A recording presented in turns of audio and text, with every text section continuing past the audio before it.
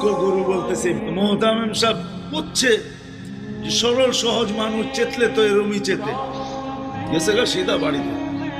রাত্র 3টার সময় আসতেছে, আয়সা মোহতামিম সাহেবের দরজায় খটখটাইতেছে, জিজ্ঞাসা করছে কে? হুজুর আসছি। কি জন্য? চাকরি করবো। তুমি দিনের বেলা চলে গেলে চাকরি করবে না? এতদিন চাকরি করতেছিলাম শুই না, এখন চাকরি করবো দেখা। বলছে এটা আবার কি দেখা চাকরি করবে মানে? আমি স্বপ্নে দেখতেছিলাম কিয়ামত হয়ে গেছে, আমি পুলসিরাতের পাশে যেয়ে দাঁড়ায় আছি, পুলসিরাত চুলের মতো চিকন, তলোয়ারের মতো ধার। ভয় পাইতেছিলাম এটার উপরে পা রাখবো তো রাখবো কি করে।